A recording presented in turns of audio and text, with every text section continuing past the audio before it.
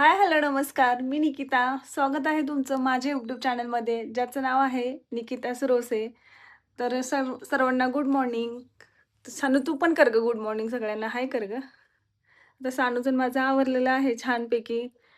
आता मस्तपैकी आम्ही दोघींनी आवरून घेतलेले. माझी सर्व कामं झाल्यानंतर मी तिचं आवरायला घेतलं. माझं पण आवरलं.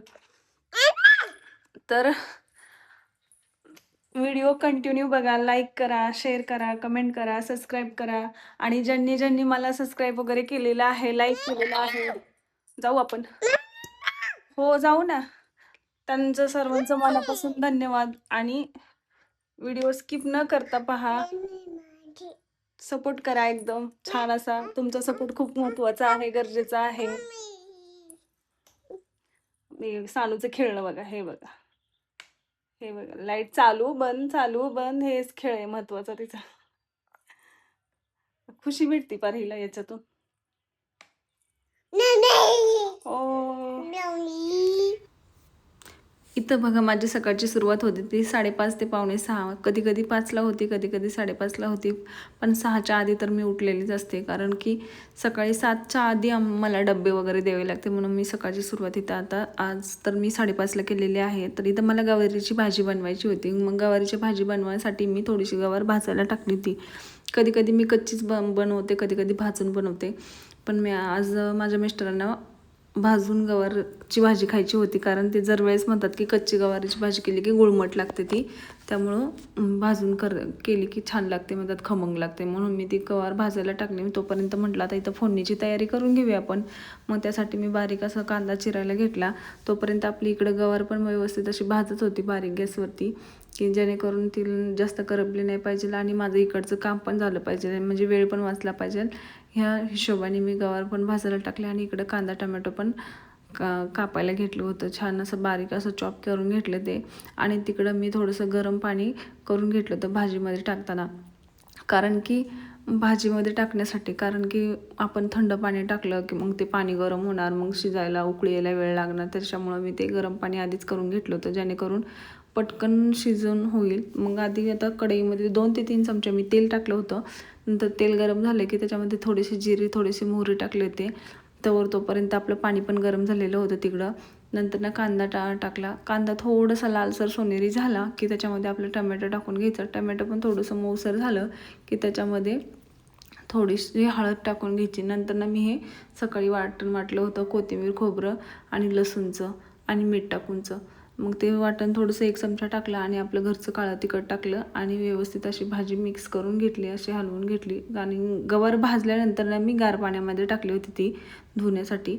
आणि मग ते व्यवस्थित हलवून घेतले आणि आपलं इकडं गरम पाणी जे होतं ते गरम पाणी मी त्याच्यामध्ये टाकलं शिजण्यासाठी. आणि नंतर थोडंसं 2 चमचे आपलं शेंगाचं कूट टाकायचं. आमच्या प्रत्येक भाजीमध्ये शेंगाचं कूट असतं बरं का. म्हणजे आमच्या तिकडच्या साईडची भाजीच अशा असतात की शेंगाचं कूट टाकल्याशिवाय कुठलीच भाजी पूर्ण होत नाही. त्याच्यामुळं शेंगाचं कूट आमच्या भाजीमध्ये असतं नेहमीच. तुम्हाला टाकायचं असलं टाका, नाही तर नका टाकू तुम्ही, पण आमच्या इथं असतात. तोपर्यंत मी इकडं म्हटलं आता मला गरम पाणी प्यायचं होतं. पण मी रात्रीचं 1 चमचा मेथीदाणे भिजत घातले होते त्याच्यामध्ये. मी रोजचं असं वेगवेगळं पाणी पिते, की मेथीदाणेचं कधी पिते, कधी मेथीदाणे बडीशोप पिते, कधी जिरा आणि बडीशोपचं पिते, कधी चिया सीडचं पाणी पिते. असं नेहमी वेगवेगळं पाणी पिते, पण ते रोज पिते. डिटॉक्स वॉटर म्हणून पिते ते नेहमी. नंतर इथं तुम्हाला बोलता बोलता बघा माझ्या चपात्या पण झाल्या आणि भाजी पण शिजली होती. नंतर मग म्हटलं आता मिस्टरांचा डब्बा भरून घ्यावा. मग त्यांच्या डब्यामध्ये भाजी टाकली आणि नंतर थोडंसं 2 फोडी लोणचेचा टाकल्या. आणि चपात्या थोड्याशा गरम असल्यामुळे म्हटलं थोडंसं गार होऊ द्याव्या, कारण गरम गरम डब्यामध्ये भरल्या की ते असं चिक्कल झाल्यासारख्या पाणी सुटून होतात. तोपर्यंत म्हटलं आपलं इथं पाणी पण गरम झालेलं आहे आणि नंतर ते पाणी आपण पिऊन घेऊ. असं निवांत बसून प्यायला वेळच भेटत नाही म्हणजे सकाळचा. पण ती मुलगी आंघोळीला गेली असल्यामुळं म्हटलं तिची आंघोळ होईपर्यंत माझं पिऊन होईल पाणी, म्हणून मी इथं शांत बसून असं पाणी पित होते, कारण हे पाणी सकाळचं प्यायची सवयच लागलेली. नंतर बाहेर आले तर बघते तर किती सुंदर वातावरण झालं होतं, इतकं छान की ढगबग बघा किती सुंदर दिसत आहे आणि पक्ष्यांचा आवाज वगैरे इतका छान कानावरती पडतो. सकाळच्या गडबडीमध्ये हे काय अनुभवायला भेटत नाही. पण म्हटलं आता स्वयंपाक वगैरे झाला आहे आणि आपलं जावं थोडंसं बाहेर ऊन पडलं होतं, नाहीतर 2-3 दिवस असं लगातार आभाळ वगैरे येत होतं, त्याच्याने काही असलं काय दृश्य पाहायलाच भेटत नव्हतं. पण आता किती छान सुंदर बघा आभाळ दिसते. तुमच्या इकडे पण दिसते का नाही? असं सुंदर आभाळ एकदम छान असं पांढरं शुभ्र दिसायला लागलं. नंतर ना माझे मिस्टर आणि मुलगी कामाला गेली. मग ते मिस्टर कामाला गेले, मुलगी शाळेला गेली. मग म्हटलं आता चला आपल्या बॅक टू वर्क. मग म्हटलं आता सानू झोपली तोपर्यंत आपलं जेवढं होईल, जेवढं करता येईल तेवढे कामं मी पटकन करायचा प्रयत्न करते. नाहीतर ती उठली की माझ्या कामाला मग समजायचं की 5च वाजलेत. 5 संध्याकाळच्या 5च वाजणार ह्या कामांना, ह्या झाडू पोछा वगैरे सगळं करण्यासाठी. मग मी म्हटलं आता ती झोपली तोपर्यंत पूर्ण घरं सगळी झाडून घेतली. वरतून पुसत आणलं होतं मी. इथं जिना वगैरे पुसत होते. नंतर मग आमचं पुसून वगैरे मी इथं नाश्त्याच्या तयारीला लागले होते. माझ्या आवरून झाल्यावरती माझं रात्री असं ओट्स भिजवून ठेवले होते. चिया सीड टाकलं होतं. आता थोडेसे मनुके किंवा अर्धा ॲपल वगैरे टाकून ते मी खाणार आहे नाश्त्याला. पण मी जर आता सानूसोबत नाश्ता करायला बसले तर तिला पण हेच खावं वाटेल. त्याच्यामुळे मी आधी तिला अंड चारते आणि मग मी नाश्ता करते.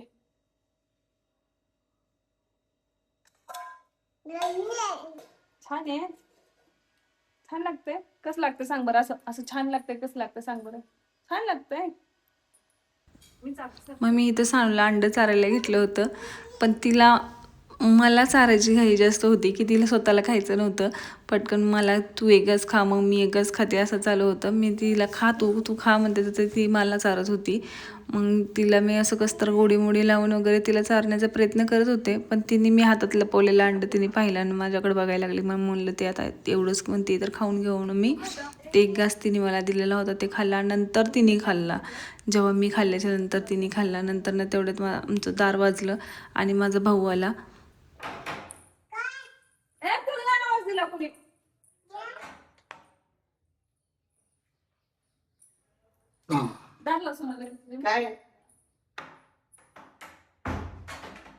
काय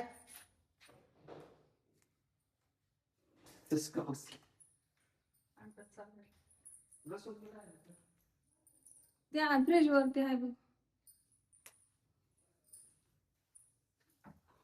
कुठे गेलतस? सानूला नाश्ता वगैरे चालून झाल्यानंतर म्हटलं आता आपण नाश्ता करावा. म्हणून मी इथं रात्री भिजवलेले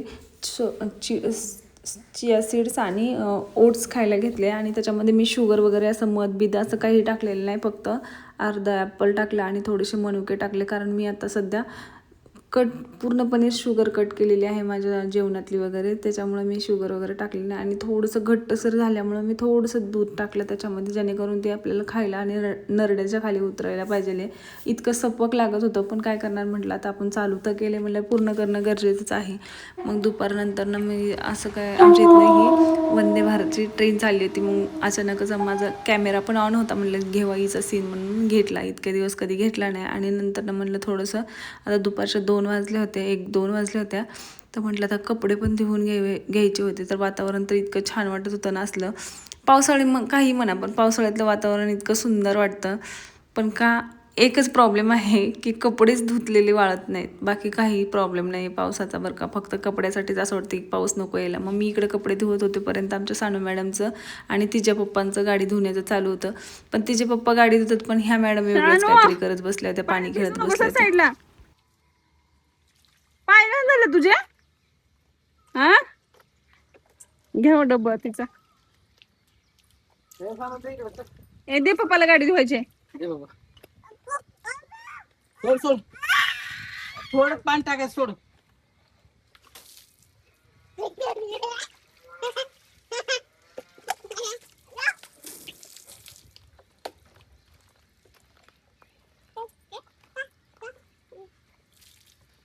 भास्कर पिलू चल.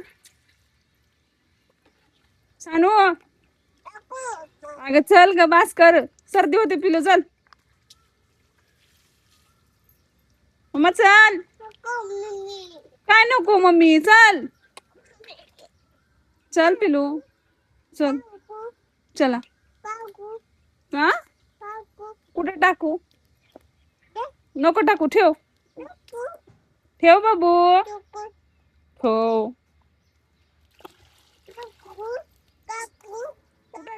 कुठे काकू? आणि नंतर कपडे वगैरे झाल्यानंतर आम्ही जेवायला बसलो. तर असा योग आमचा कधीतरीच येतो, कारण माझे मिस्टर कधीच नसतात दुपारचं जेवायला वगैरे. मी आणि सानू आम्ही दोघीच असतो. पण हा कितीतरी दिवसांनी हे दुपारचं जेवायला घरी आले होते. डब्बा दिला होता मी, तरी पण ते घरी घेऊन आले. मग घरी बसले आणि त्यांचा डब्बा ते खात होते. आणि येताना माझ्यासाठी ताक घेऊन आले होते. आणि सानू मॅडमला तर काही जेवायचं नव्हतं, कारण मी तिला भरवलं होतं जेवण वगैरे. मग म्हटलं मी पण आता जेवते म्हणून मी जेवणामध्ये सकाळी बनवलेली गवार, लोणचं आणि काकडी घेतलेली आहे. आजकाल मी फक्त काकडी वगैरे जरा जास्तीचं खाते. आणि आपली चपाती, भात तर पूर्णपणे बंद केलं आहे, 8 दिवस झालं. आणि भात वगैरे खात नाही. नंतरनं थोडासा आराम केला दुपारनंतरनं, थोडं म्हणजे 10 ते 15 मिनटं झालं आराम केला असेल. नंतर म्हटलं आता साड्यांना पिको फॉल करून द्यायचा होता, म्हणून मग साड्यांना पिको फॉल करायला बसले होते. अशा प्रकारे पूर्ण दिवस असा बिझी जातो की सांगायला नको. आणि असं वाटतं लोकांना की घरी बसणाऱ्या बायकांना काय काम असतं, पण घरी बसणाऱ्या बायकांना सगळ्यात जास्त काम असतं. जे करतं त्यालाच माहिती असतं. तर सोडा, जाऊ द्या. पण मी आता इथं साड्यांना फॉल लावत होते, तोपर्यंत माझी आई पण आली होती माझ्यासाठी मदत करायला, की दे मी किती असतील तर मी 1-2 साड्या करते म्हणून. ती पण बसली होती. तर ही सानू अशी मध्ये मध्ये करत होती, कारण तिला पण ती काही साड्यांना फॉल लावू देत नव्हती. काहीतरी असं चष्मा ओढ, हे ओढ, ते ओढ तिचं करत होती. किंवा तिथली साडीचं मी फॉल लावून ठेवलेल्या साड्या अशा उचकून टाकत होती, अशी करत होती. मग मी एकदम व्यवस्थित निऱ्या करून ठेवलेल्या त्या साड्यांच्या. तर ही अशी, हे बघा, हे असं उचकत होती. साडी घेऊ नको माझी. साडी घ्यायची नाही माझी. घ्यायची नाही साडी. घेऊ नको साडी माझी. घेऊ नको साडी. साडी घ्यायची नाही. ते एक रील आहे. तर चला, आजचा व्हिडिओ असाच आमच्या सानूच्या मस्तीने वगैरे आजचा पूर्ण दिवस गेलेला आहे. तर मी आजचा व्हिडिओ इथंच एंड करते. तर व्हिडिओ आवडला असेल तर लाईक करा, शेअर करा, कमेंट करा आणि सबस्क्राईब करायला विसरू नका. पुन्हा भेटू आपण नवीन व्हिडिओमध्ये. तोपर्यंत बाय.